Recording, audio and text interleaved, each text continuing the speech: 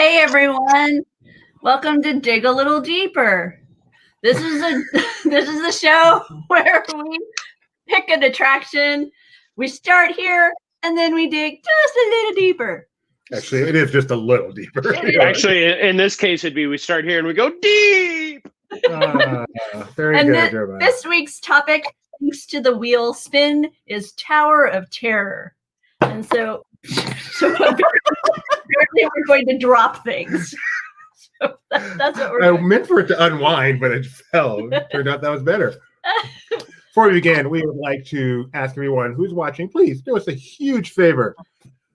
Click thumbs up on this stream. However you're watching us, click thumbs up, like this stream. Also, please subscribe to us, Facebook, YouTube, Twitter, Twitch. We don't care how you subscribe. In fact, make us really happy. Subscribe to us on all four. So you never miss us. And you never miss us. YouTube, ring the bell. We go live a lot.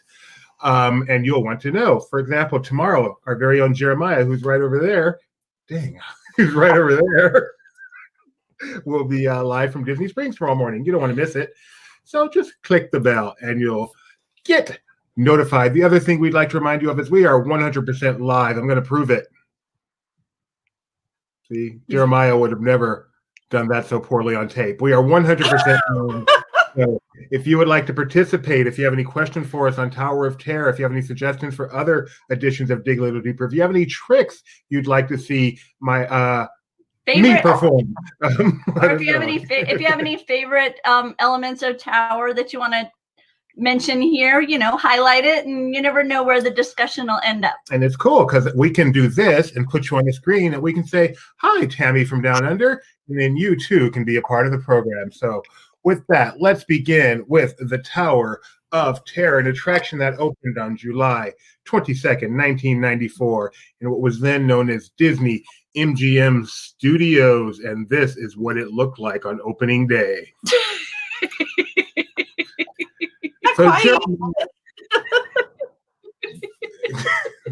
This is exactly what it looked like. It was a very experience. You kind of stood outside and it rocked you back and forth. Nah, kidding. So this is actually most people's first, the first eye they get of Tower of Terror is seeing this on World Drive, and then they see the building off to the side, and then they actually get inside to experience the attraction. But Jeremiah, you are our resident theme park history 101 guy. Why don't you give us a little bit of background on the Tower of Terror? Where should we start? I mean, Tower of Terror is a concept that has been floating around Disney for many years. The original concept, where Tower originally came from was Disneyland Paris. What? Disneyland Paris, you say? When they're building the Discovery Mountain attraction, now Space Mountain, inside of it, it was going to have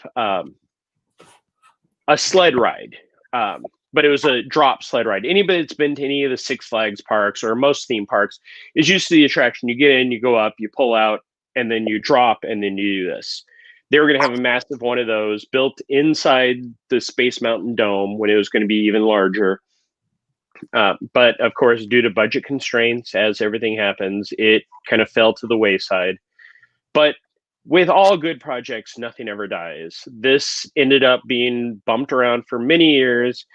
And then when Disney MGM Studios opened and they decided, hey, let's put together some type of thrill attraction at the end of Sunset in 1994. Disney MGM Studios opened in 89, didn't really have any real attractions other than the Great Movie Ride and the Backlot Tour.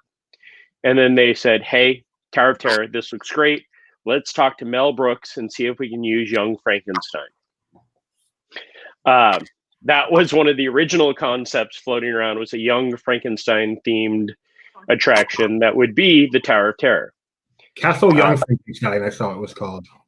Yes, if only we had a Jim Hill to provide us with 3 hours of history of this attraction. But they moved forward. They secured the rights to the Twilight Zone television show, and they said, "Hey, it works perfect." Twilight Zone, Tower of Terror, built in 1994. Through the years, it's gone through a few different iterations as far as the drop goes. The building has essentially been the same. A few small things here and there disappeared, fall by the wayside, broken, and just never returned.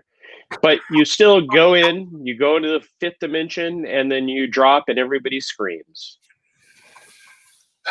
Why, thank you. So,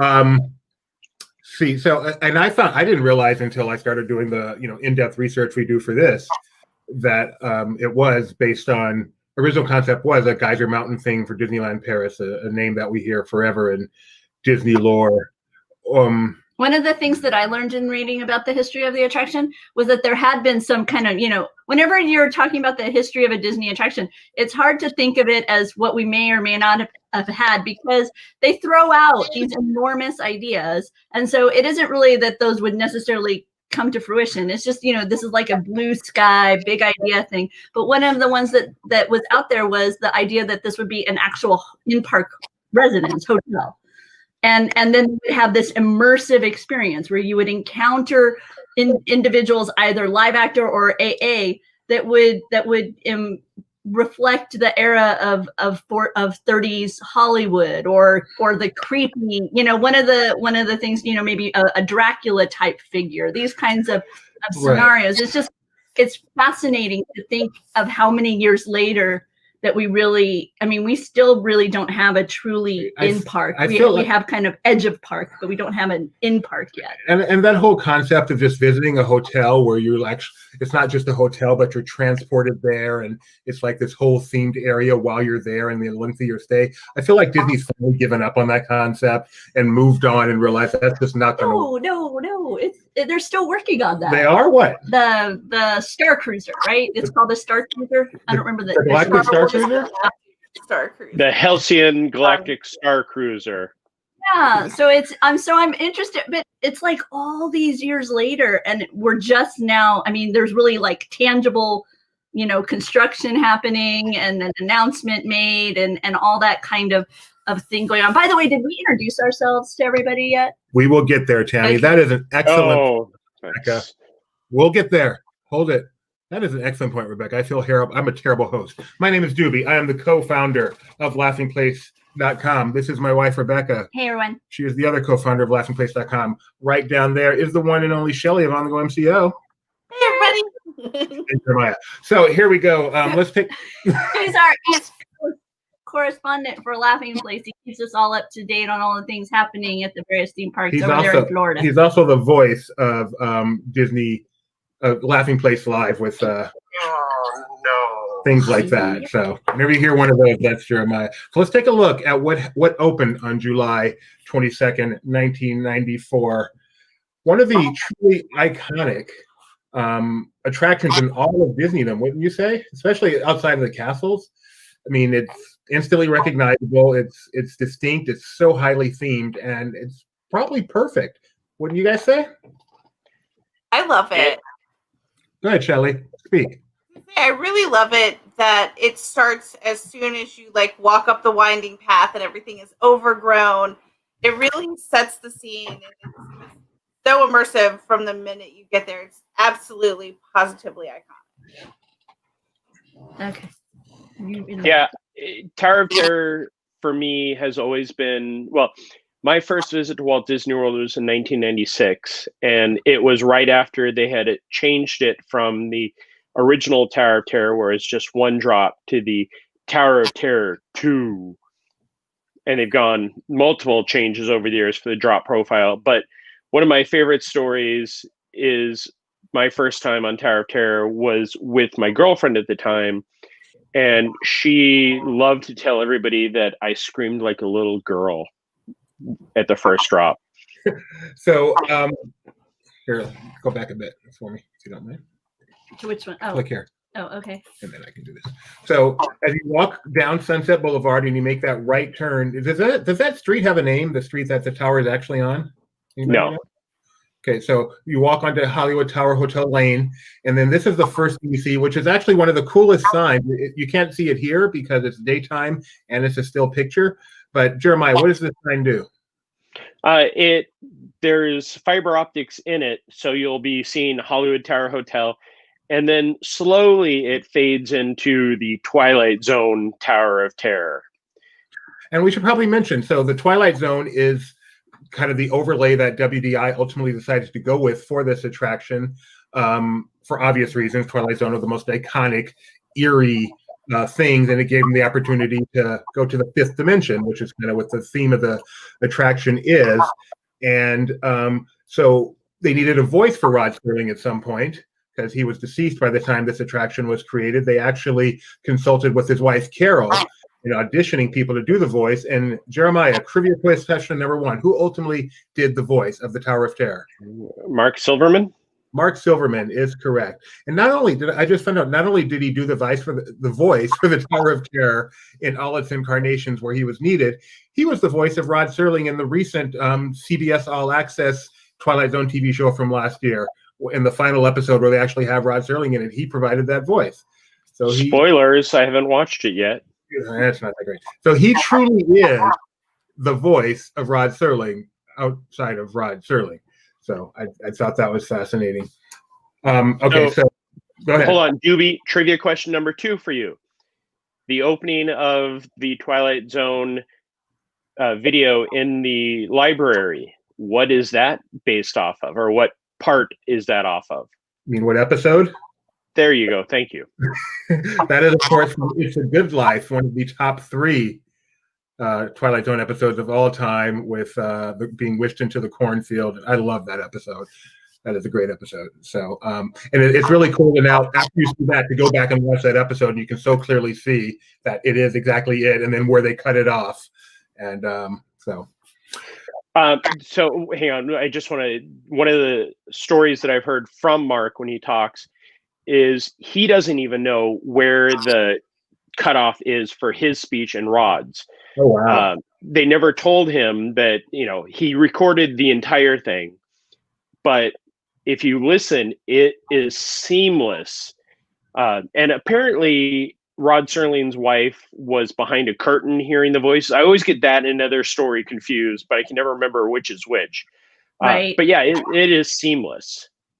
Yes. It's amazing. There we go. One of the initial set pieces for the attraction, to the left you see what is now covering the fast pass kiosks, and to the right houses the restrooms. These are actually based on the large rock gates that were part of the Hollywoodland construction. And so these were at the end of, I want to say it was Beechwood, before you would, head up the hill to view the Hollywood sign. And so in some ways it's kind of, I think this might show up. I'm not 100% for sure, but here, let me try again. There we go. It's on the cover of this book.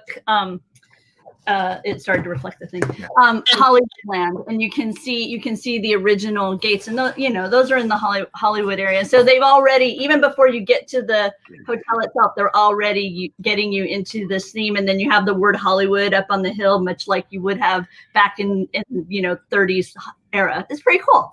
Those gates are actually still there. I was trying to track down a picture.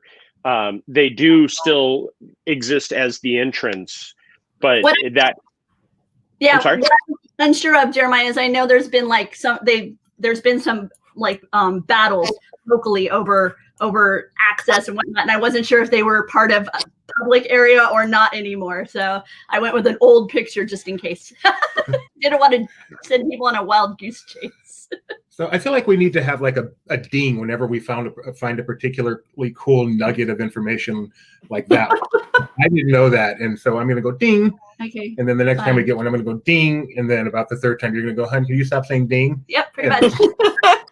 That's to be accurate. So here we have the actual Hollywood Tower Hotel, not in any way what the attraction is based on, but it has the name Hollywood Tower, so it's very cool. I believe this is located in Hollywood, if I'm not mistaken. Yeah, just off the 101. So, but go ahead, Jeremiah. It's actually apartments now. Yeah. But the hotel is more closely based on, and while I get this ready, you guys will talk. Okay, one of the other elements we'll talk about after we highlight this image is the way that the Imagineers had the design fit in with the elements of Morocco visually, so that while you're in Epcot and you're looking out across, showcase, the World Showcase Lagoon and over. It doesn't stand out glaringly at you. I'm not sure. Yeah, that is definitely one of the things that I know. Even as the diehard Tower of Terror fan, I never put that together until probably a handful of years ago when I was in World Showcase, and I looked, was like, what is that in the distance? Oh, it's the Tower of Terror. So it's more closely based on the Biltmore Hotel, the Millennium Biltmore Hotel in downtown Los Angeles. And so I found this article on LAlist.com from back in 2015, and wow. I mean, when you look inside this hotel, this person said they went to this hotel and they had this deja vu. And it is like stepping into the lobby of the Tower Hotel, of the Tower of Terror. I mean, look at that. Well, this is the attraction down here, and then there's the real lobby up there. That is that's uncanny. I know where I'm going on my next vacation. Very cool. Ding. If you hit this folder over here, we can pull up the picture of the Morocco. I'm going. Okay. No. That's something to do. We'll get it. Okay. There you go. There you go. It's load. So, Shelley. Yes. I'll ask you really quick. Tower of Terror or that other thing that replaced it in California? Mission Breakout. Mission Breakout, like 100%. Okay, you don't count. All right, let's move on. Really? Why don't you didn't like Mission Breakout? I love Mission Breakout, but it's no Tower of Terror. Tower of Terror is an original concept aside from the Twilight Zone. Mission After Dark version that they did was like Monsters After Dark. Monsters After like one of like my, if not the top attraction. It's my absolute favorite thing I've ever done at Disneyland. I've yet to do Monsters After Dark, so I will take your word for that. I keep trying to go, but they're closed right now. I like the way the California Adventure, it has the red car trolley, and on the trolley line it has the stops, and one of them is just simply the Hollywood Tower Hotel, and I always got a kick out of it, just being there as the Hollywood Tower Hotel as opposed to the Tower of Terror, what it became known as. So you're showing the sightlines, the Morocco? Oh yeah, totally. Here's the Morocco sightlines. And that's amazing how they've made it just totally blend in. This is Epcot looking across the lagoon at Morocco and then the Tower of Terror, and it just fits. It fits. So going back to the Florida version, the attraction is awesome. The building is awesome. But to me, the setup for it, the grounds around the hotel are so realistic. As if they were, back in the 30s and been left to deteriorate since then with the signage and everything. It's just, that's honestly, I enjoy that at least as much as the attraction itself is just the theming of the grounds itself. And the California version, that's one of the disappointments is, and I understand they don't have the space, but the surrounding area, the queue and all the buildup for it does not live up to the Florida version. What do you guys think?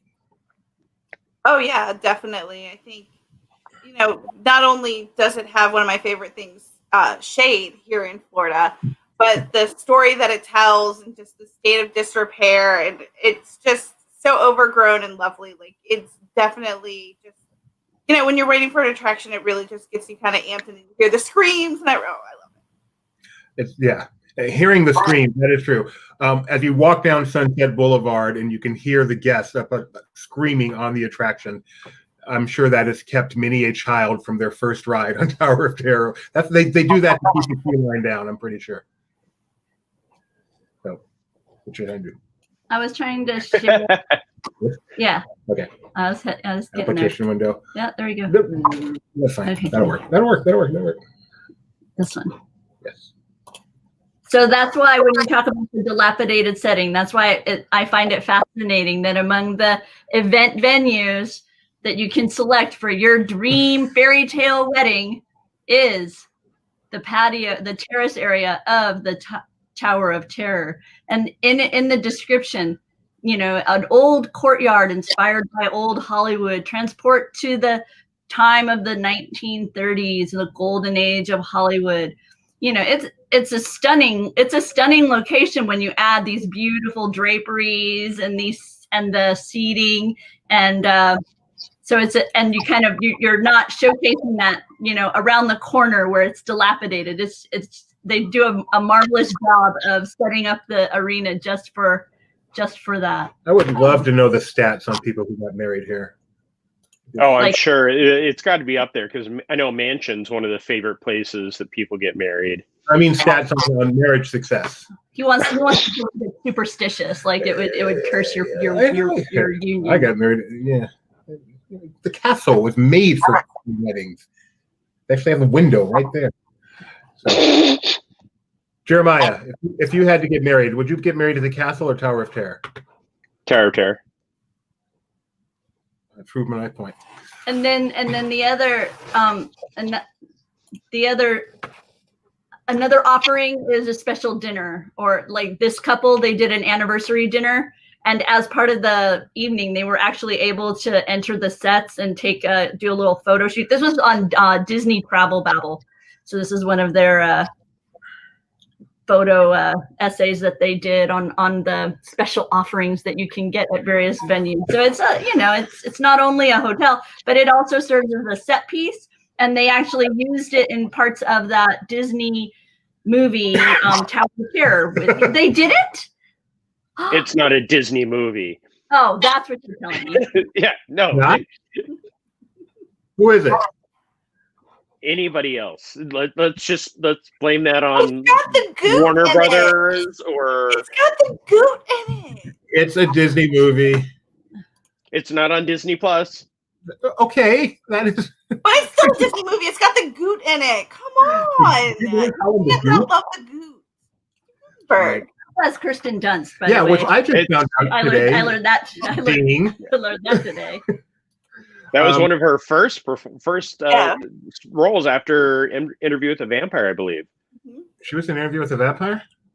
So here is the Steve Guttenberg 1997 film. of Police Academy fame, and then Kirsten Dunst. That was an ABC TV thing. It was Disney. It says right there, Disney.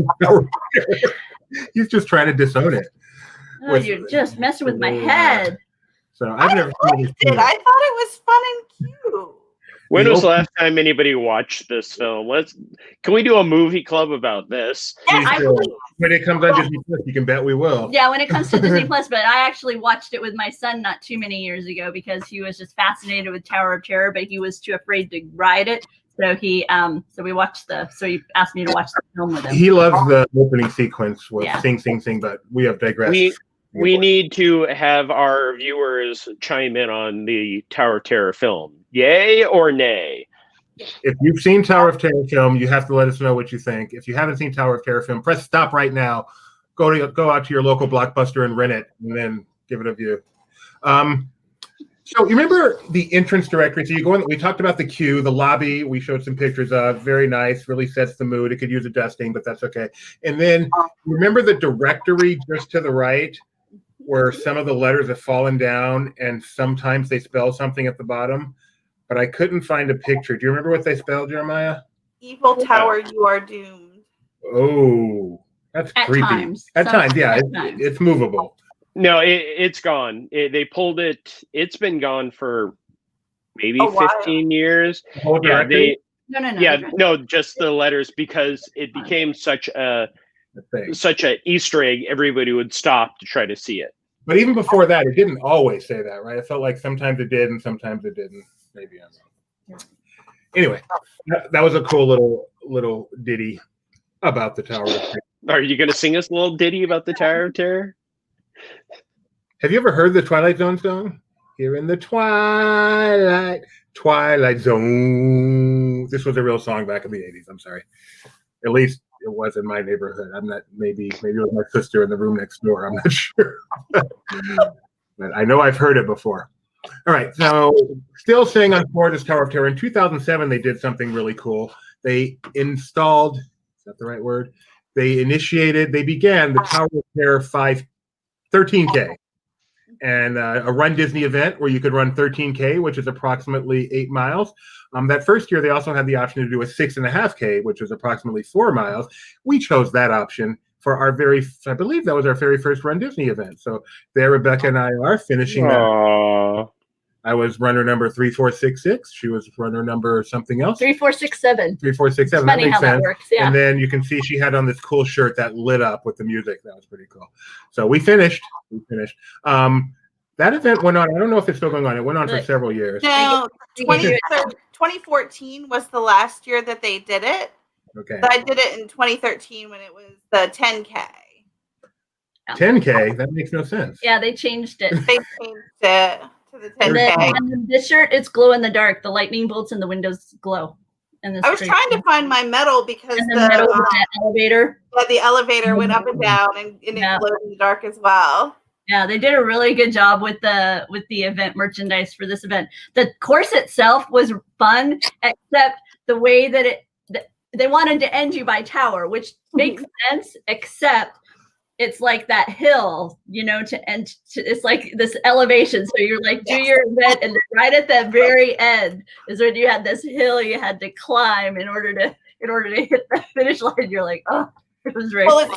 It's just like when you do the half marathons that end in Epcot, 10 miles is right before the exit ramp. Mm-hmm. And so you actually hit 10 miles and then you run up the exit ramp the wrong way. Which is so hard because that's so wonky. Yeah, no, it's weird. It's a weird thing. Just real quick, I noticed something for the younger people in our audience. I noticed something on this picture. This right here, back before the iPhone, even before the iTunes, iPod. Yeah, this is something called an MP3 player where you would copy files onto there and then you could listen to them. So I just wanted to point that out. I noticed that just now. Little history. Little education. Ding. Ding. So I've got a ding for you. Okay. When you walk into the lobby, there is a AAA plaque. How many diamonds did AAA rate the Hollywood Tower Hotel? It better be 13. It was 13. But AAA never rated anything above a 5 diamond. So that sign was specially created just for Disneyland or for Disney California Adventure and Disney MGM Studios. Wow, trying to keep these names straight. And as I recall, when they received that is when they had that event.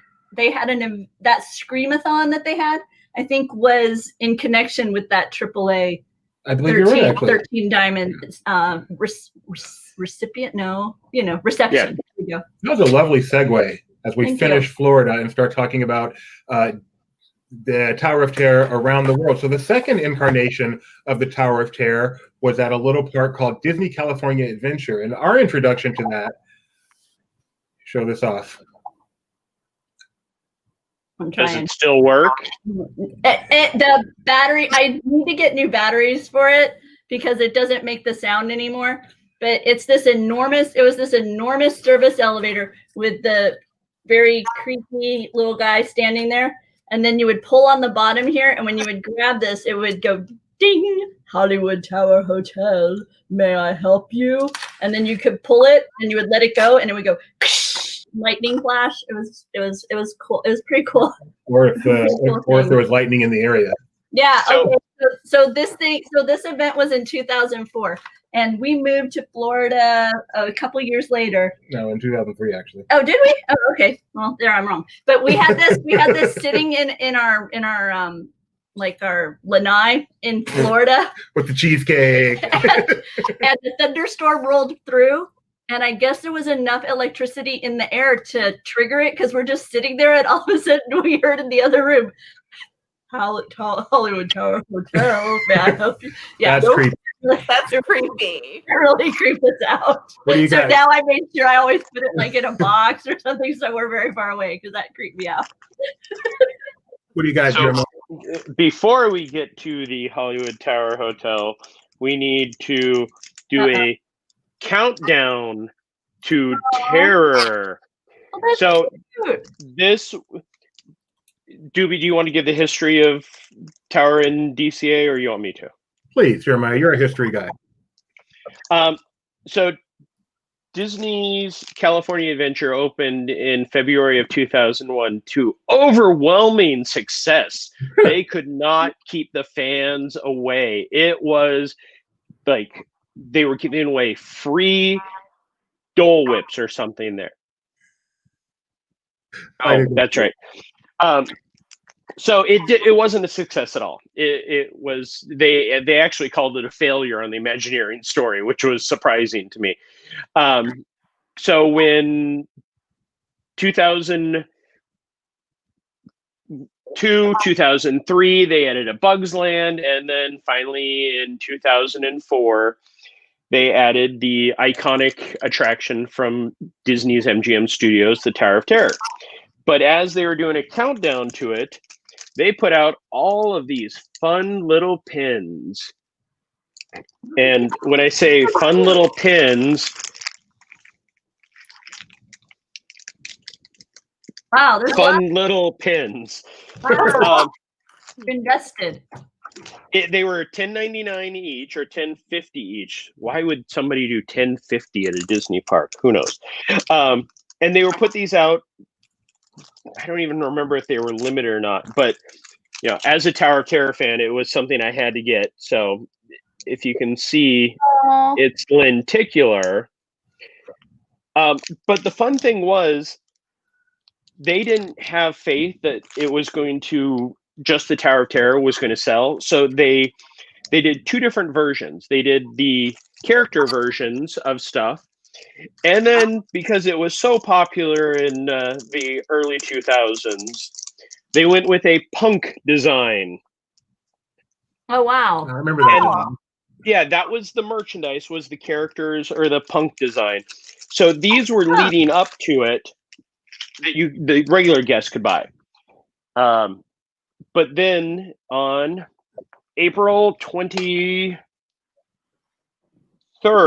2004, sorry, I had to look at the date, they actually did a hard ticket event that was, again, a pin event. And Doobie, I don't think I woke up at 3 a.m. to sign up for this, but I did wake up pretty early.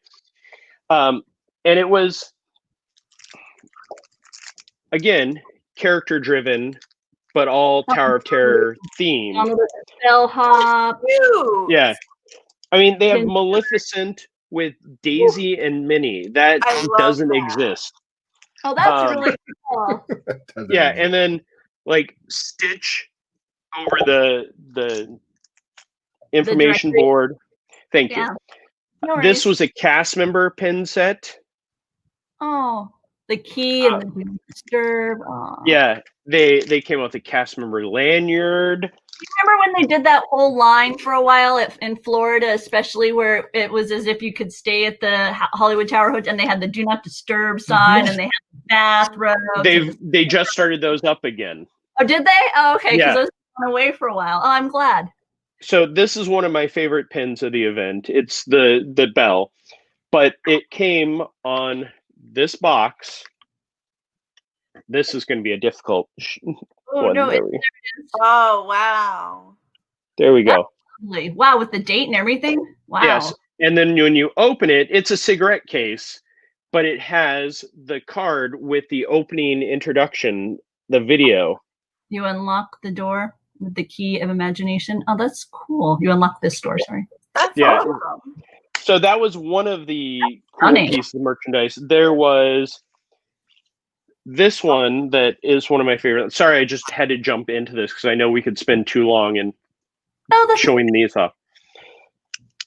So it's a compact, and then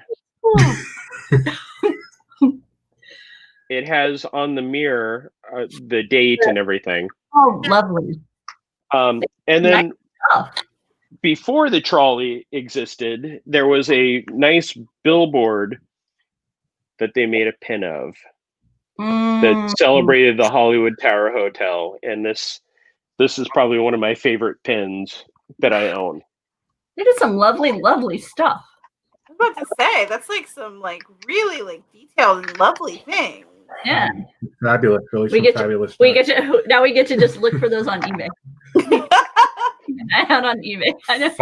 They're not there. I already went and looked for eBay stuff earlier for this. Every time we do one of these, I have to look for something special. So, oh, by the way, the Tower of Terror, speaking of merchandise, the Tower of Terror is responsible for the single most annoying piece of merchandise as voted on by cast members, and that is the bell. And if you go to that store, you will see every child who comes off that ride, and half the adults will ring the bell. Yes. So here, go ahead. We should get a bell for you, Doobie. That should be our ding. No, it should not. Ding. No. Ring the bell. Ding. No bell. Ring the belly belly. How about that? No. Yes.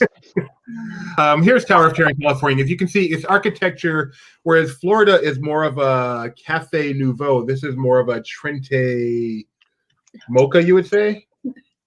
Sure. Nice of you to make up architectural phrases.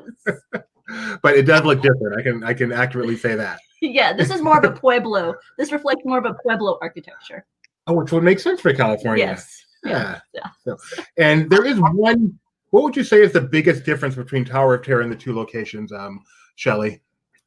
One, you just go up and down, which is in California, but in Florida, you go out and down. And some would say that makes all the difference in the world. Would you agree? I have to agree. I think the first time I rode Tower at DCA, I was like, wait a second. I was totally thrown off because I thought they all did the same thing. And I was like, okay, all right. And I was like, okay, we're done. So it does start a little differently, which is nice. It starts with the drop at the outset, and that's a nice surprise for someone who's not expecting it, which somewhat makes for the disappointment of the missing fifth dimension room for someone who's not expecting that. But what's interesting is that in almost all the literature and stuff that you read over the years, you hear the story that Imagineers were not pleased, were not satisfied with the fifth dimension room in Walt Disney World. And I mean, and I just, that's one of those things that's just always out there, and some totally accept it, and other people seem to shake their head in skepticism, Jeremiah. See? Yeah. Aside from that, but do you think that, I mean, have you heard of stories that the Imagineers were disappointed in how the fifth dimension room turned out? No. Every Imagineer from the time that they started doing, when Imagineers started talking to different websites, they always said how great it was, but the transition causes the most downtime. Right. The expense of that hallway was way too much, plus the capacity increase to change it from 2 drop shafts to 3 made up quite a bit of I'm sure the Imagineers were much more happy with the throughput, because that's really what they design attractions for. Right.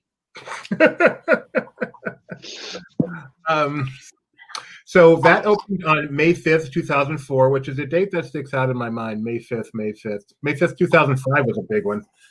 So what did they do on May 5th, 2004, Doobie? They opened California event. They opened Tower of Terror. But didn't they also do something when they opened the Tower of Terror? Well, they had an opening event. The Scream thing? No, the Scream thing was different. Yeah, they the had Scream an thing was actual pre-opening. carpet opening event. They announced 2005, May 5th. Oh, how was that event? Did they announce 50505 at 0504? Yep. So that would have been why we got that announcement while we were at California Adventure.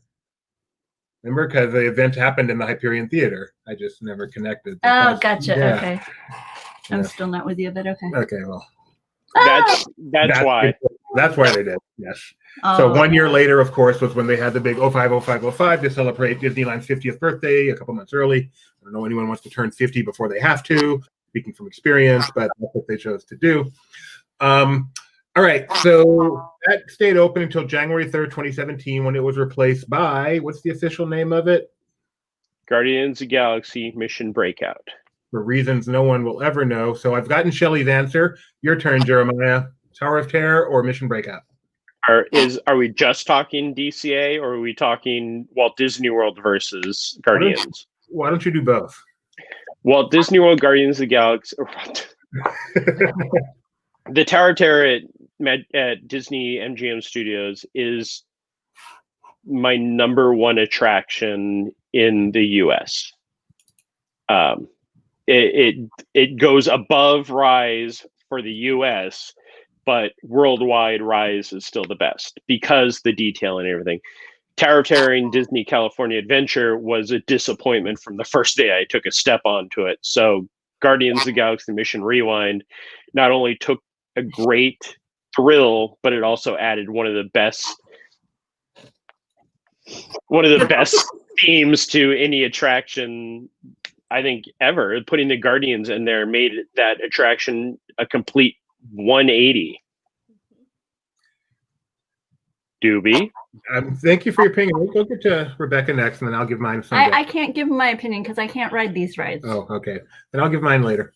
All right. So, I rode Tower of Terror 3 times because I rode Florida's once and it was okay. And then I rode Florida after they changed the ride sequence and I fainted. So I stopped riding. Oh no. And then when DCA's opened, since it was the classic drop sequence, I rode it one more time and almost fainted. So decided I should be done with Tower. So I don't do Tower anymore. That brings up a good point. Tower of Terror is one of the few attractions where they actually have changed the ride itself over the years because they were able to actually program it. I believe they're using Fortran, if I'm not mistaken, and they're able to program it to do. I feel like we should be Mike right now. Not a Mike seat as well. So Jeremiah, why don't you tell us a little bit about the history of what happens in Disney World's Tower of Terror over the years? Well, when it opened, it was just the one drop. You would go out, they'd lift you up to the window or to the open door and drop you from there. In 1996, they added a secondary drop, which was more of kind of a bounce. You started, you went down, you went up, and then you dropped. And then they did Tower of Terror Fear Every Drop, which was 3 different drops. And then they did Tower of Terror, this one, which I love this commercial. They had the greatest commercial for that, right? Where it's not really. Yeah. Music. No, please don't sing it. We can just listen to it instead. And as you can see on this YouTube channel, Disney Park Videos, they've grabbed this ad for you, and instead of just being 1, 2, 3, 4, it starts jumping over, and what is the Tower is in control? I think is one of the Tower of Terror 4, never the same fear twice. Which technically, if you wrote it 5 times in a row, you would experience at least. Yeah. But you're not in marketing. So answer me this, Jeremiah. When they added the random drop sequences, is that the same time where they added the figures and such you would see throughout the drop sequences? Like the molds, as we started calling them, as far as I know, they were always in storage in that area, but they lit them and did that for one of the stops. That's hilarious. But there was, if you go through the different transitions, when Tower of Terror first started, when you hit the bottom to fill the time, they actually had Mark Silverman portraying Rod Serling talking to you. I mean, you couldn't see that it was Mark Silverman because they had it distorted. But then as they added more of the drops, they cut some of the different effects. Like the second time, the Tower of Terror 2, they removed the music from the drop shaft and put in more of the scary sounds and the elevator kind of snapping. And then they brought those back, the music and everything, with 3. And with the current one, it's so random. My favorite is they have a false ending where you're going and then you go down and you see the glass and the projection or the TV show ending kind of starting. And then all of a sudden it stops and it launches you all the way back up and then drops you more. Oh, wow. Yeah. Not my. That's your favorite too, Shelley? No, not my cup but of tea. Can I talk about the other biggest change that they've done? So when Tower of Terror first opened, and I believe this lasted until 02 or 03, each row had a lap bar. It was 1 lap bar for the entire row. So awesome, because I don't know if you can tell from this view, but I'm a large guy. And if I rode it with someone, well, frankly, anyone, they would get airtime like you wouldn't believe. They would be like this far away from the lap bar. It barely caught my knees. I'm no kidding. Well, for them, that was difference. I love that because it was a lap bar for each of the rows, with the exception of the center seat in the back had a seat belt. People waited to have the seatbelt seat for some reason. And now every seat has the seat belt. No more lap bars after 2002. And I look back and go, why did I wait for the seat belt when I had the lap bar where it's like free flowing? Great. I remember grabbing that lap. I remember grabbing onto that lap Get bar. in a row with a large person, and you could have like 2 feet between you and that lap bar, and you were flying. It's amazing. Jeremiah, actually, I have a question. So, I remember it used to. Didn't the sign spark at one point? At Walt very early. Like I never saw it when I made it in '96. From what I understand, it was one of those like Dinosaur actually had a sparker at one point, or no, Test Track had a spark at one point, but they found that technology wasn't that reliable. And for sparkers, there's a lot of details for it. They removed it shortly after the first year, I believe. I've never heard an official date of when it disappeared. Yeah, no, I just remember I saw, like, I don't remember what I saw. I saw the sign, like, spark, and I was like, oh, I don't remember ever seeing that. Yeah. You talking Sadly. about the up and down remind me that one of my favorite views of Tower was when we would sit at LMAX and we would sit at Light Smelters Action on the top row, and you could just see, all the way over directly to Tower, and then you could just watch those doors open, and you could watch the vehicles moving, and sometimes you'd see them. You felt like you'd see them a few more times than other times, because depending on the ride sequence, they'd come all the way back up, or maybe just a little bit back up, and so kind of.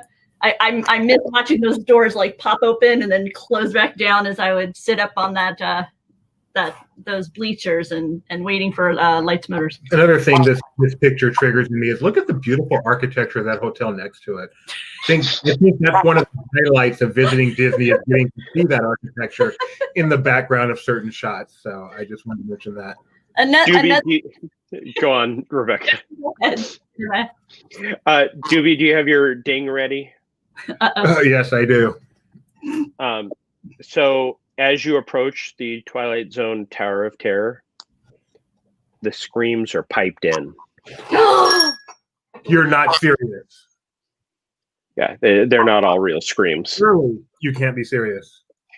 I am serious, and you can call me Shirley anytime you feel like. I haven't seen these. Have you guys seen these photo pass tower videos? What do they? Is it like a little clip of you in the? I'm sending it to you guys right now. Oh, okay. Cool. I can't wait. Are you serious? Those screams aren't real? Oh, yes. Really? Yes, I had no idea. By the way, I wouldn't give you this one. Aren't either. All right, time out.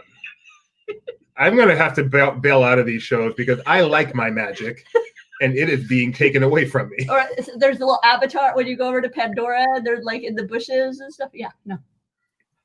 Oh, and when you're on the train and you're going and you hear it's like, oh, what does he say? The train guy, the conductor, when we're on the train on the railroad. They say anti-gravities is on your left.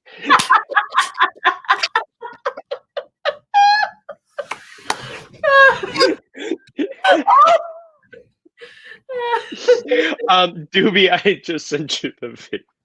How did you Facebook.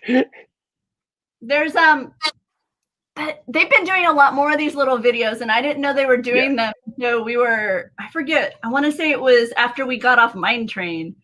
We were walking through the park, and I got a little notification, and then I look at my phone, and there's a video of me on the Snow White Mine Train. I'm like, okay, that's pretty cool. They're little fun. Like some of the animations, you'll see this one is really good. But it's just a nice little touch to encourage guests to use the photo pass and buy a memory maker. And Hang to on, all we're the fun stuff. pulling it up. Jeremiah sent it over to us so we can share it all with you. So if you haven't seen it. Thanks, Gio, by the way. I appreciate you doing that Oh, for yeah, sending no, us one thanks- as well. thanks, But Jeremiah, Gio. as always, is on top of things. If I was on top of things, I would have sent it to you before, thinking, "Oh, that would make sense." But yeah, this is what they do for you with Oh, with that was Photo cool. Pass. That was cool. Where did they hold the camera at? And then Oh, they- see, that's not even the good one. Did they? I wonder if they got rid of the old ones. So yeah, Oh, look what they say. Are they on our You hit me.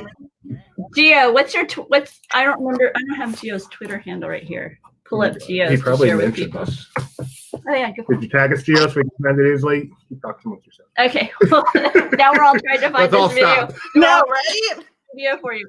But Hang on, they do some really neat stuff now because they edit in like scenes of the attraction and they like make you a little mini movie that then just appears in your Photo Pass. All right, Gio, tell me where to find it since yours is better.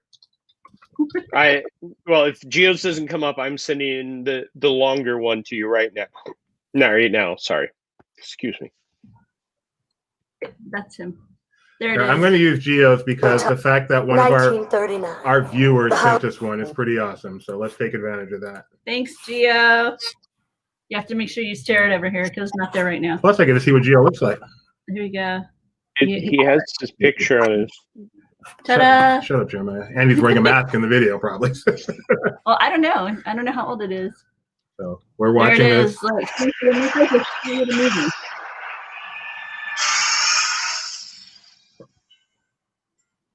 And then watch what happens.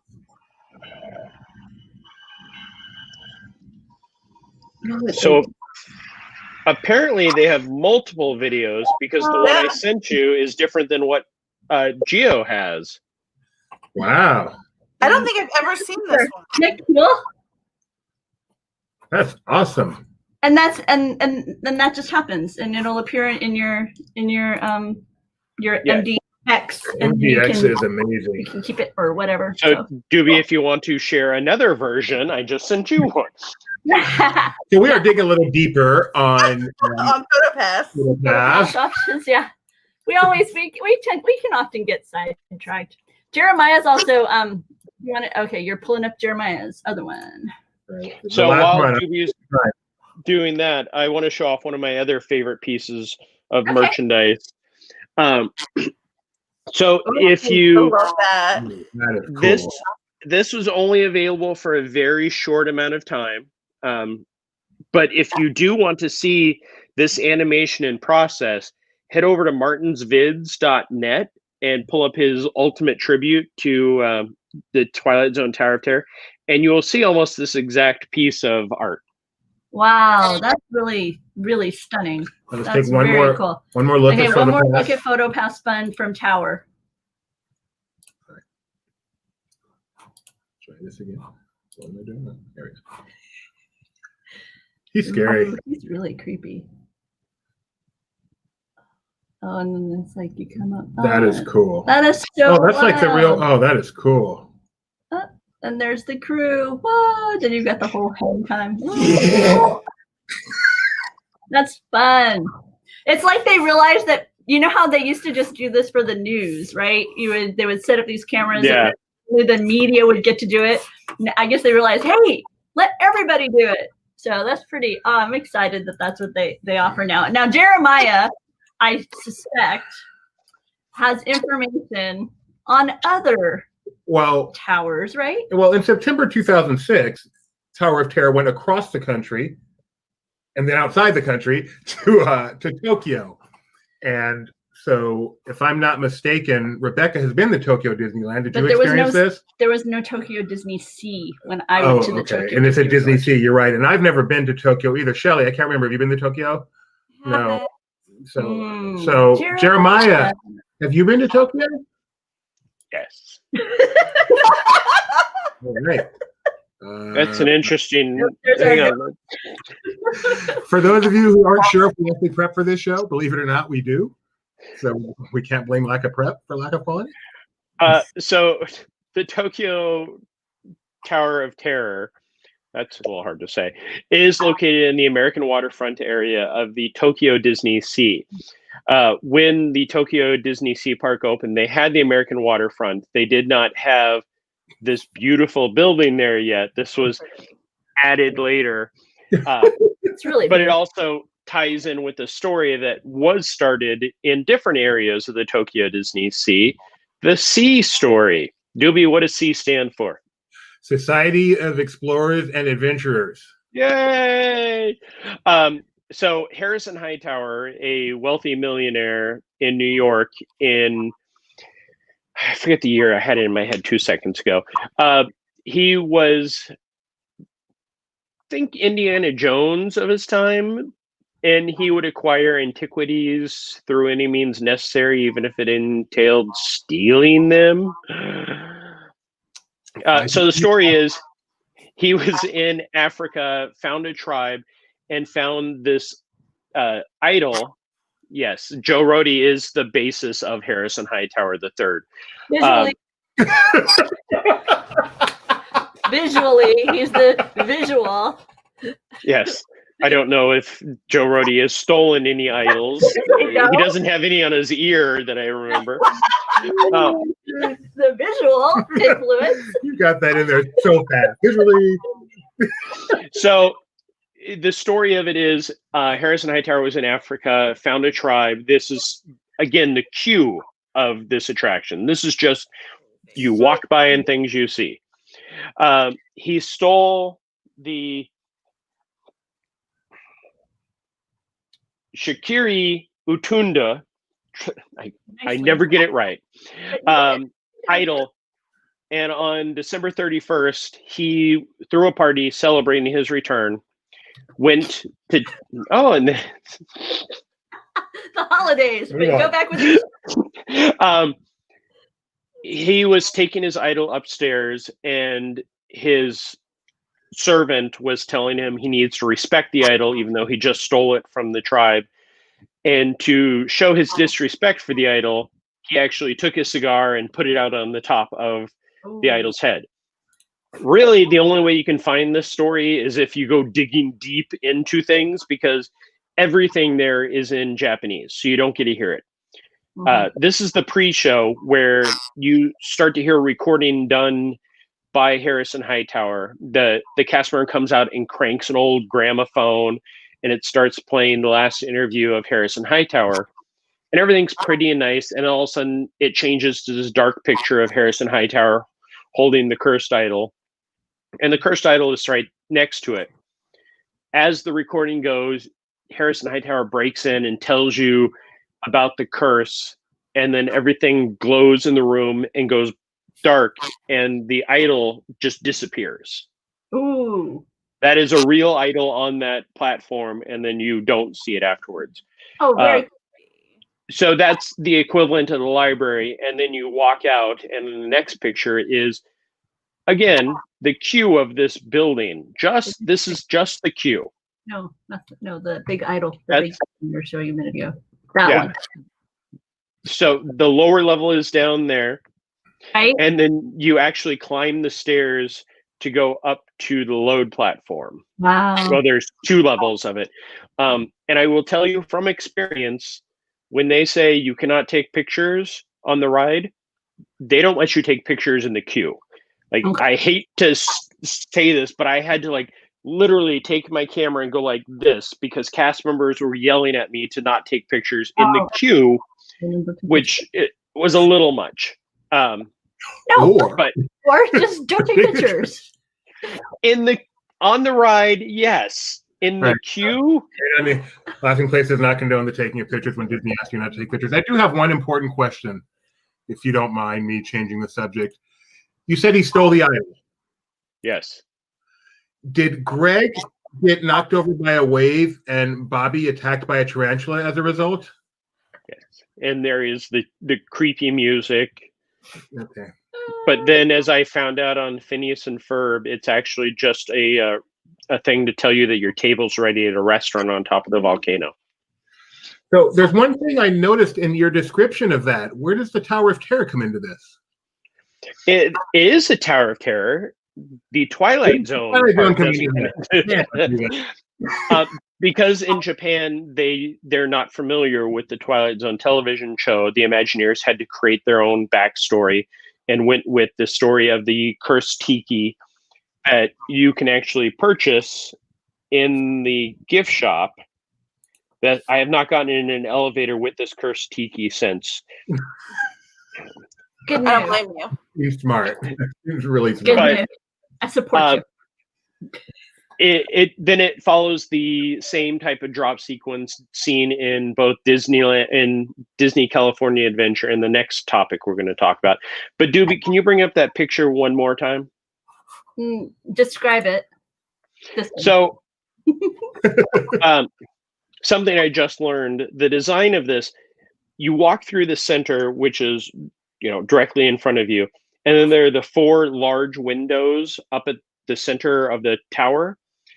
The furthest to my right, and then the 2 to the left, those are the actual drops, but the center one is blown out, and that fits in the story of the elevator that Harrison Hightower was going up to his penthouse, which is at the top. So it's not a real drop shaft, but it is part of the story. Also, Doobie, trivia question. I'm ready. Why does that T shape exist in Disneyland or Disney California Adventure, Tokyo, and Paris? That's where they put the big machinery. Bravo. Ding! This bell has a double use now. This is awesome. But why doesn't it in Florida? Because there's only 2 of them. So they can put the structure. It does exist in Florida. It's just not as wide as the other 3. Yeah. Gotcha. And then finally, in December 22nd, 2007, a mere 13 years ago, man, time flies, we got this in Disneyland Paris, another park that Jeremiah has been to that the rest of us has not. Looks a lot like DCA, Jeremiah. Up until late last year, it was exactly DCA. With the exception of some of the recordings being done in French. The building was, when they built Walt Disney Studios Paris, they had the Tower of Terror design spot to go. They actually built the buildings in front, and on one of the courtyards it had the HTH for the Hollywood Tower Hotel. And then they built this a few years later. But if I showed you this picture, you would go, "Oh, that's DCA." Nope, that's in Paris. Amazing. Their Hollywood Tower is their centerpiece of their park. So when they do any type of events or celebrations, like a Star Wars type event, they will use that as a projection source and shoot fireworks off of it. So, Jeremiah, we have a question for you. Now, you've already said Florida's is like one of your all-time greats, but can you just go through and rank, since you were lucky enough to have experienced all of them, can you rank them, please, in your opinion? Florida.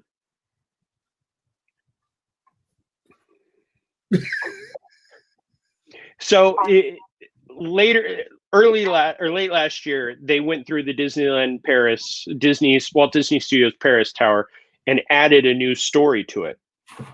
And they added multiple drop sequences where now the little girl is kind of like Carol Ann from Poltergeist, where she controls things and tells you not to go there. It is actually a spooky ride. Like, I got off that a little chilled. So they're back. Florida, Paris, Tokyo, DCA.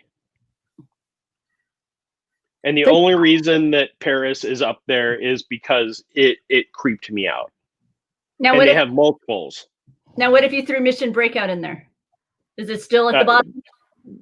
I'm not throwing Mission Breakout in there because Mission Breakout brings it like way up, and then everything else drops. What does it go higher than? You're way too proud of that. That was good. So you would put Breakout just behind the Florida version, right? Yes. Okay. How about you, Shelley? How would you rank the three that you've been lucky enough to experience? Mission Breakout, Florida, DCA Tower Terror. What about where you like? I would rank them Florida, California, Mission Breakout. He's not a Guardians. Mission aficionado. Breakout just doesn't work. It just doesn't. I don't know. There's something about the whole Guardians of the Galaxy. I'm wondering. I worry about this attraction in Epcot too. Just the music and the modernism of it, the Star-Lord attitude. I love it as a movie, but it just does not work for me. I like it as a movie. Yeah, I tolerate it as a movie. Yeah.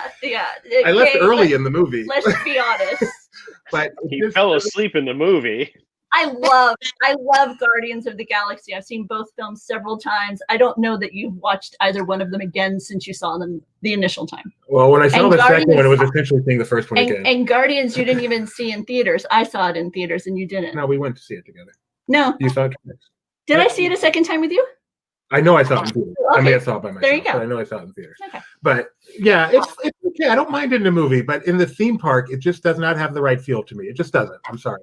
It just doesn't. You need to have Gideon watch the first one and especially the second one up until the part where Star-Lord, has to fight his dad, and then ask him how he feels about it.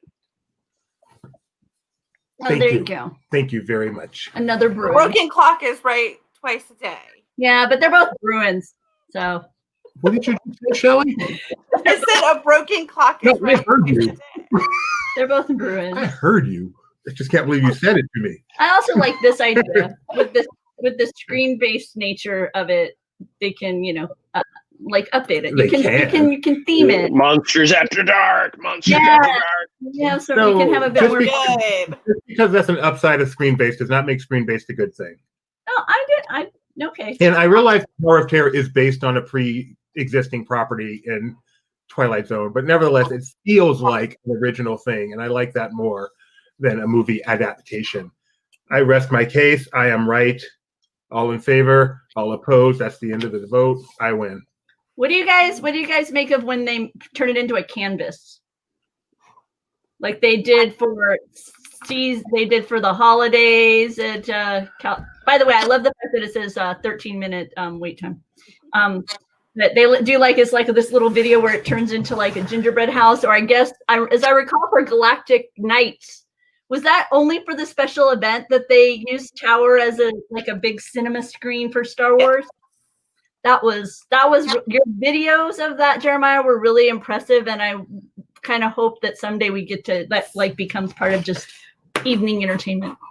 Well, the holiday version, they actually rotate through 4 different ones, and they have different characters pop up, the Muppets, that kind of stuff. It's really cute, but yeah, it is one of those, you're taking one of the most iconic, scary attractions next to Haunted Mansion and turning it into something like that. I think for me, I had to disassociate the attraction with what I was seeing. Because when I thought about it, like what Jeremiah just said, it wasn't working for my brain. When I go, oh, that's really cool what they've done, then I can appreciate it. If that makes any sense. Yeah. For me the gingerbread house, when they turn them into gingerbread houses with this projection mapping, tends to be what works best for me. Because it still is attached to the architecture behind it. Like I don't connect as well with the turning it into the Death Star or whatever. I mean, it's beautiful, and I want to see it in person because I don't know how it would feel in person. But yeah, when I saw the season, Sunset Seasons, I think they called it. Yeah. That the gingerbread house was the one I liked the most. Am I killing your ears, Jeremiah? Oh no, I'm Geo. As of now, we've not heard that they're doing anything for the holidays for it. But the castle, as you may have seen in the stuff Jeremiah provided, is really beautiful. What they're doing for the holidays. The projection mapping of the castle is stunning. Shelly, that picture that you posted on your Facebook, oh my, that's like one of the most beautiful pictures of the park I've ever seen. Oh. It was. What, Jeremiah? I sent you almost the exact same photo from the other side of Partners. The other side. That's what makes all the difference. I don't want to see the But fact that Partners was in it made it beautiful. to answer what Gio had said, actually they did start running the holiday sunset seasons greetings. They aren't doing the Snope, but they are doing the projection. Oh, very cool. Oh, so yeah, it's there. It's just kind of popped up. So it is going. They usually have like Snope going and everything, but this year they don't have the Snope. They just have the projection. So I really like the holiday one too, because they have the Star Wars one was a little weird, but you're right, because it like looks like it goes with the architecture of the, the building. It feels a little bit better. Plus, like, everything Christmas feels really good to me. So like, I'm in. And this is why we have people helping us out who are actually in Florida. We aren't in Florida. They are in Florida, and they know. Projections happening at Hollywood Studios. Who knew? I didn't know. On the go at MCO. I'm excited. Thank you, Shelly. I'm happy to know that. And thank you, Gio, for asking the question, because now I know too.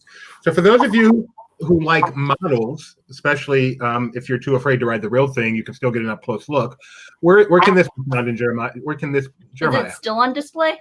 It is. Walt Disney Presents. I actually just went and saw that today. Oh, wow. And sent these pictures? No, those are my pictures. Oh, no, I did send pictures of today. Those are my pictures. Everyone, this is like, my foot. I know. I was like, that's not my foot. Oh, these are some nice pictures. Actually, I think these are Gideon's pictures, if you want to know the truth, because Gideon enjoys models. Oh, yeah, because this is Gideon right there. Yeah. Gideon, our son. And then why don't we take a quick look at some merchandise? I think these are the only. These are old. These are from a long time But they ago. show some of the. Oh no, I know, but it's just. And if I'm not mistaken, these are the only merchandise items Jeremiah doesn't own, so we should show them. So you can see just some of the different ways they've approached the Tower of Terror, and it has some of the coolest T-shirts designs, in my opinion, that Disney's ever created. And there's just so many different ways they can go with it. Not too long ago, we did an update for the Tower of Terror merchandise that's currently available. Okay, that would be what website again? Laughingplace.com. Laughingplace.com. Good to know. Thank you. Check that out. Do you guys have like a favorite, like little hidden like Easter egg thing when you go on the attraction or something that you really? One of the things that I love that is just it's not an Easter egg, but just there's this mahjong table and it's just set up and it's like people just disappeared in the middle of their game of mahjong. But it's just a little touch that I enjoy. But I'm not a big Twilight Zone fan, so there isn't a particular. What about you, Jeremiah? Because I see you nodding your head, so I get the impression there's something that jumps right out at you. Go to Shelly. I want to grab mine. Okay, go ahead, Shelly. I really like. I know it's not really an Easter egg, but I like how the courtyard changes for the season, because like sometimes like in the spring and the summer it's really lush. In the winter it's like more like dried out, and then in the spring they have where the old fountain used to be, it actually flowers sometimes in that area. And I don't know what it is about that, but it just this weird juxtaposition that, even though the tower is, alone, there's nobody in it, but there's still so much life around it that still goes on. I don't know. It's weird. I like it.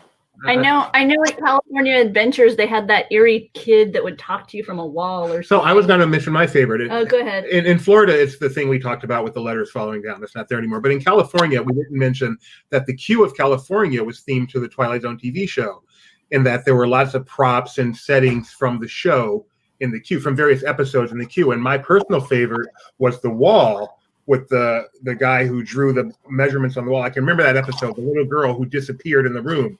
And the two men are trying to figure out where the girl is, and they finally realize she's on the other side of the wall somehow, and they kind of draw the lines on the wall, kind of marking off the area, and those lines are there in the queue, and then you can actually hear the little girl calling from the other side of the wall in the queue. And I love that episode. So that's a great little somewhat Easter egg. So, Doobie, are you ready for the bell? Ready. Do you know what that episode inspired? Oh, here we go. If not for that episode, we never would have had Poltergeist. Oh, of course. Of course. They're here. That's awesome. Thank you, Jim. So That was actually a good one.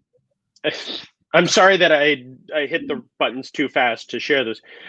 This was originally in the queue for the DCA Tower.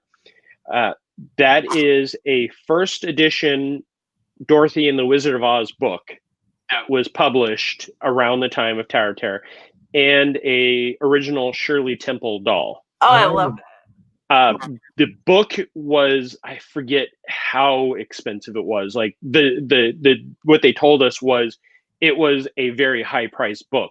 Same with the Shirley Temple doll, because they're both originals.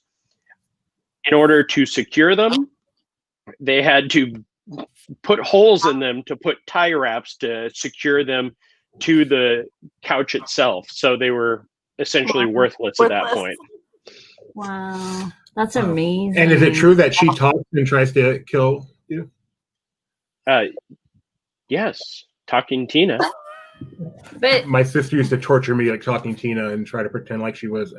Anyway. the authors of the Complete Walt Disney World book, they have a large section of their book, 4 or 5 pages, that they dedicate to all the little like Twilight Zone details and stuff that you can find in concierge and other areas of the attraction as you're going through. Mike and Julie Neal. Yeah, Mike and Julie Neal's book, and they do a really great job of pointing out all those little nods, like the poster that points references the child who would send people to cornfields, and you know, little nods like that. In one of the libraries, I think is the To Serve Man. It's a cookbook. Book is on display in one of them. All sorts of little nods like that. Spoiler alert. So I realized that the pictures that I sent you guys earlier, not all of them went through, because 2 of my other favorite things that are in the library, I know that they were in Disney California Adventure. I'm pretty sure that they still appear here at Walt Disney World, but one of my favorite episodes definitely is that one. Yes. Mm-hmm. Oh, with William Shatner. Mm-hmm. Oh, that one is so creepy. The end when they're It's so creepy. going. Yeah. Oh man, what a great show. Jeffrey asks this story. Can I be honest, Jeffrey? I think I've heard this story about just about every attraction at Disney Park. My siblings worked at what they called Ad Lib, Adventureland Liberty Square area, and there were attractions that had this kind of tale over there. I want to say it was Pirates, where there was a certain individual that needed to be properly greeted in order for the attraction. You know, so I've heard that story in numerous locations, so I wouldn't be surprised if there's such a story attached to Tower as well at this point. But yeah, so there you have it. So you know how sometimes attractions get kind of dumbed down over the years, or not over the years, but like they say they opened it and it was too scary or it was too rough, and then they had to close it for a while and dumb it down and then reopen it for guests like Indy or Haunted Mansion or whatever. And one of my great disappointments is I never got to experience the original version of Tower of Terror, like they showed in those early commercials where you got to ride it standing up. And then, but apparently that didn't work out. But I assume it was that way because I've seen the commercial numerous times. So okay, first of all, not only was it in the original attraction ads, you know, like but when California Adventure started to promote the arrival of Tower of Terror, it was George Lopez who walks in and he's being led through this hotel, and it's this whole bit, and he's like, "Wow, this place is really. Oh, you're taking me the back way to keep me away from my fans. Oh, I see." And then the doors open and he steps into it, seemingly just an elevator, and he's just standing there, and then the doors close and he's like, "Oh, ABC is gonna be really upset about this." And, you know, all this kind of. They like it stayed all the way into, I don't know, maybe they still do ads where there's just people standing in an elevator like it's a normal elevator with no lap bars or anything. I was surprised the first time. I thought it would be like, okay, because Knott's Berry Farm, right, had that parachute ride. Yes, you stand in there. You would stand in and it would drop. And so the first time I was learning about this attraction, I really thought it was just gonna be people, and I didn't understand how they were gonna be able to accomplish that. So there you have it. Because I attached it to the Knott's Berry Farm attraction that was the parachute drop. Isn't that weird? How your brain works or doesn't? Oh, what have I done? I don't know. That was me. Sorry. Oh, okay. I'm sorry. Go back. You can do it again. I was just so please. confused. No, this is what happens when too many cooks are trying to control the broth. No, go ahead. Share what you are. We're getting near the end. Go ahead. Sorry. I'm trying. I don't know how to share it anymore. We'll do it now. There we go. Sorry, I this was kind of like leading towards the end. This is something that's on the side of the tower that appeared, I want to say, probably 8 or 9 years ago. I remember it leaving Fantasmic one night, and I've heard stories. I've never gotten any confirmation, but it's a cardboard cutout in one of the windows that you can only see if you're leaving Fantasmic or if you're kind of off, like parking lot outside. And people have said it's Rod Serling's cutout, but it's just something, you're sitting there and you're walking and you see one little spot up in the window looking down at you.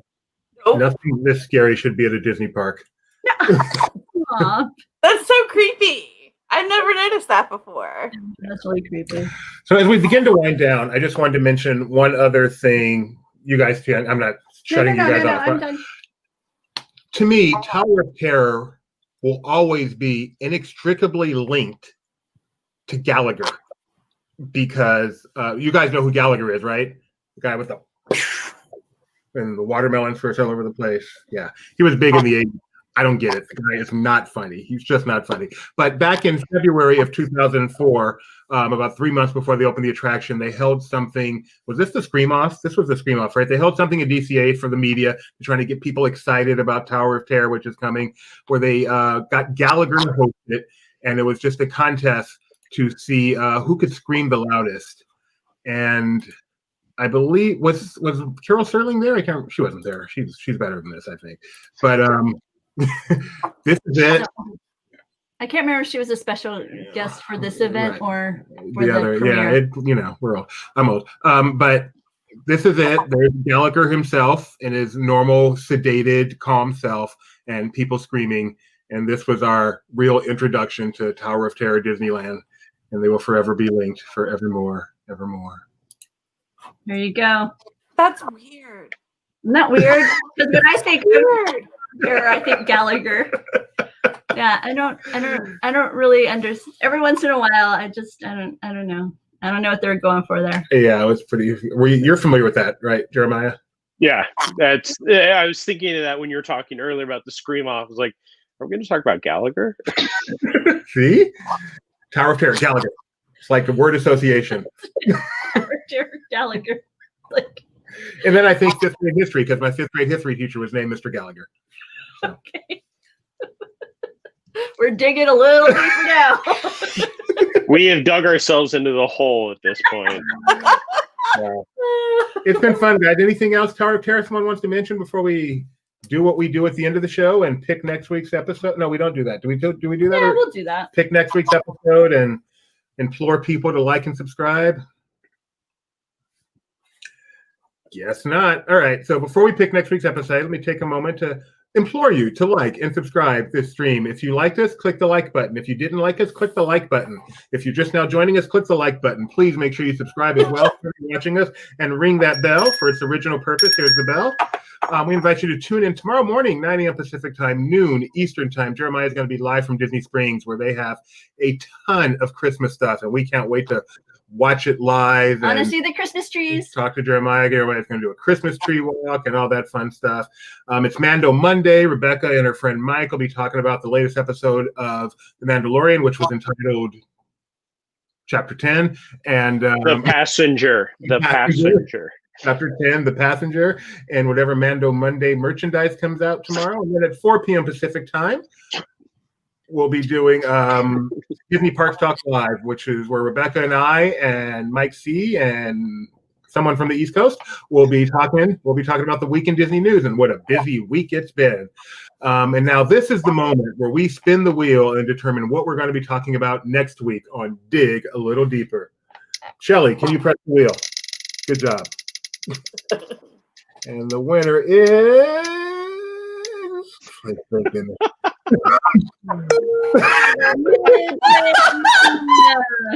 That was awful close. So close. So next week we have Midway Mania, and that'll be fun. Toy Story Toy Story stuff, Midway Mania. interactive. So all you guys out there, get your questions ready, get your comments ready. Go ahead, Jeremiah. I'll just give a spoiler. I didn't go on it in Tokyo. It was a 3-hour wait every single time I walked by it. That's one where I think we can pretty much talk about the ride in any place, and it's pretty similar, I think, but we'll see. One of the newer attractions, and go ahead. No, I was just going to say, and if you're looking for more information on Tower of Terror in a more scientific nature, kind of a little extra school type introductory science for your kids, the Science of Disney Imagineering series features Tower in, I believe it's the Gravity themed episode. So you can check that out. Disney Parks has done a little video, and this YouTube channel called Art of Engineering. They have a roughly 20-minute video called How Disney's Tower of Terror Works. And so you can, learn a little bit more about the science of it. So definitely do that. And we'll see you next week. Thank you. Thank you very much.